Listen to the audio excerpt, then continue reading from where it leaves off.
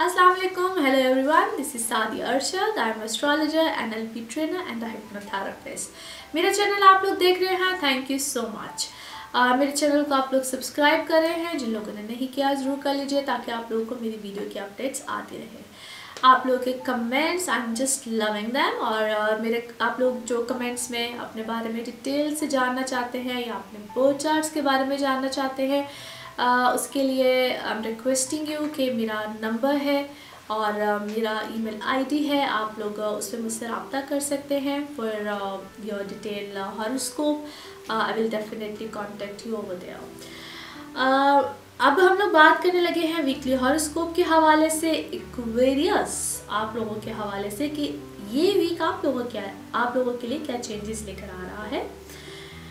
Aquarius सबसे पहले तो मैं ये बताऊं कि इस हफ्ते में क्या चेंजेस हैं. और इस हफ्ते में ही जो है 15 मार्च को मरकरी जो कि रेट्रोग्रेड है इस वक्त में इनटू पाइसेस, 15 मार्च को ये चला जाएगा एक्वेरियस में, जो कि आपका असेंडेंट यानी कि लगन है. एक्वेरियस में मरकरी का चले जाना और रेट्रोग्रेशन की हालत में ही रहेगा.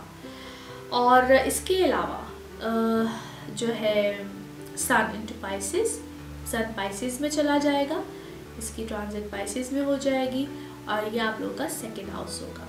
सो फॉर ऑल एक्वेरियस बाकी तो तकरीबन सारी प्लैनेटरी पोजीशन वैसे ही है. राहु केतु की जो ट्रांजिट है जो कि 7 मार्च को हो चुकी है, इसके ऊपर मैंने काफ़ी डिटेल वीडियो बनाई है. आई होप आप लोगों ने देखी होगी and that will be a very fruitful for you guys. I hope आप लोगों को इससे फ़ायदा मिला होगा. अच्छा, अब यहाँ पे जो ये प्लैनेटरी पोजीशन है इसमें सिर्फ मैं ये कहूँगी कि एक तो बहुत सी ऐसी चीज़ें हो सकती हैं कि आप लोग थोड़ा सा एक आइसोलेटेड मूड में जाएं, या बहुत से ऐसे फ्रेंड सर्कल या जिन लोगों से अभी आप लोग मिल रहे थे या दोस्त थे या कुछ भी था, शायद आप लोग उनसे थोड़ा सा एक डिस्टेंस क्रिएट करें या एक डिस्टेंस में आप लोग आएँ और लोगों से बहुत ज़्यादा मेल मुलाकात या कुछ भी आप लोगों को करना इस वक्त इतना अच्छा ना लगे. इट आई मस्ट से और इन शॉर्ट कि शायद एक अपने अंदर रहना या अपने आप में ही रहना या कुछ अरसे के लिए एक isolation, you will like it. As sun in to your second house, काम में ध्यान, work related issues, income and all that, इस तरफ तवज्जो ज़्यादा होगी. काम में एक तेज़ी आएगी. ऑलरेडी वीनस इन आप लोगों के जो है 12वें घर में है. सो you are thinking towards luxuries, planning towards travel, long distance travel and all that. और किसी एक रिश्ते की तरफ भी हो सकता है आप लोगों की तवज्जो हो, यानी कि बहुत से लोगों से मिलने की बजाय किसी एक रिश्ते में फोकस होना या किसी एक का दिमाग में फंसे रहना, ये कुछ इस टाइप की तरफ इंडिकेशंस देता है.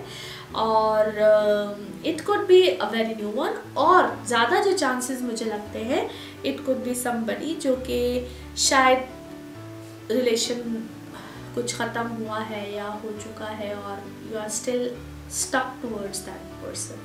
कुछ इस टाइप की चीज़ भी हो सकती है. सो कुछ इस तरह की इंडिकेशंस हैं. Any how, work related scenario is good, बेहतर है.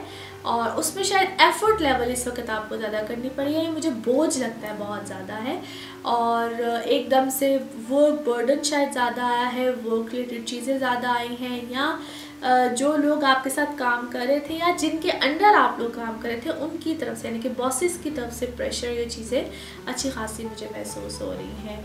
और वो चीज़ आपको इस वक्त काफ़ी ज़्यादा तंग कर रही है.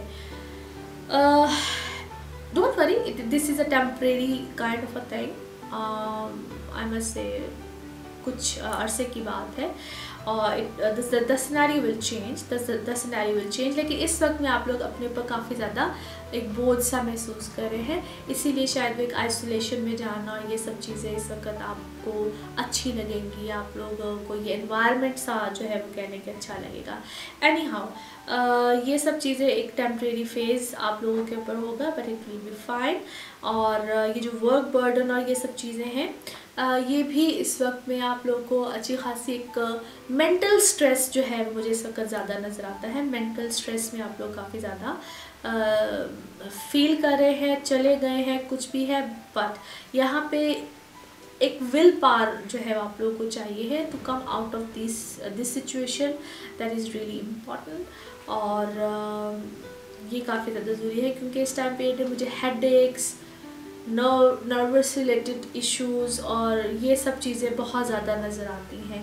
अच्छा, ये अब जो टाइम पीरियड जितना भी चला हुआ है ना, ये ऑलमोस्ट हर ज़ोडिक साइन के लिए कहीं ना कोई प्रॉब्लम जो समझ लीजिए कि लेकर आ रहा है। शायद कोई कम ही ज़ोडिक साइन है जो कि इस चीज़ से समझने के बचे हुए होंगे, है ना। नहीं सो आई नो इस वक्त मोस्टली ज़ोडिक साइंस में या मोस्टली लोग मेरे बारे में या जो भी प्रेडिक्शन मिल रही होंगी वो काफ़ी हद तक ही सोच रही यार क्या एक मुसीबत सी या क्या एक मसला सा आया है। Anyway, nothing to be worried about, this is so much temporary, this is not for a longer time period, but remedies are always there for you guys. I must suggest कि अगर आप लोग इस वक्त में जो है किसी try to be make yourself calm down and try to be into any blue color। मुझे इस वक्त ब्लू कलर आप लोगों के लिए जो मुझे फीलिंग आती है कि blue colour is good for you guys.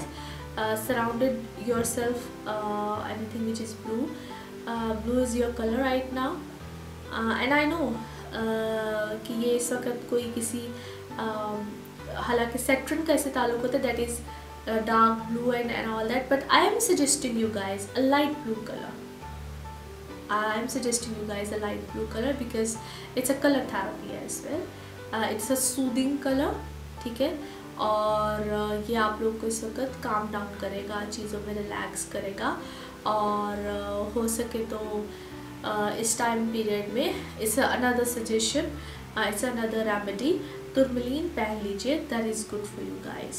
या टुरमलीन स्टोन को अपने पास किसी भी फॉर्म में या कुछ भी रख लीजिए, और या सी थ्रू कलर में कोई ब्लू कलर का वॉज या कुछ भी, बिकॉज मुझे ऐसा लगता है कि ये कलर इस वक्त आपको किसी न किसी तरीके से एक सूदिंग इफेक्ट देगा। किसी भी फॉर्म में अपने पास रखिए, that is a good remedy. Any how इंशाल्लाह आप लोगों के लिए मामला अच्छे हो जाएंगे, बेहतर हो जाएंगे in a couple of days, I must say. और नेक्स्ट वीक में क्या होगा इंशाल्लाह इसकी बात हम नेक्स्ट वीक में करेंगे। Take care of your guys.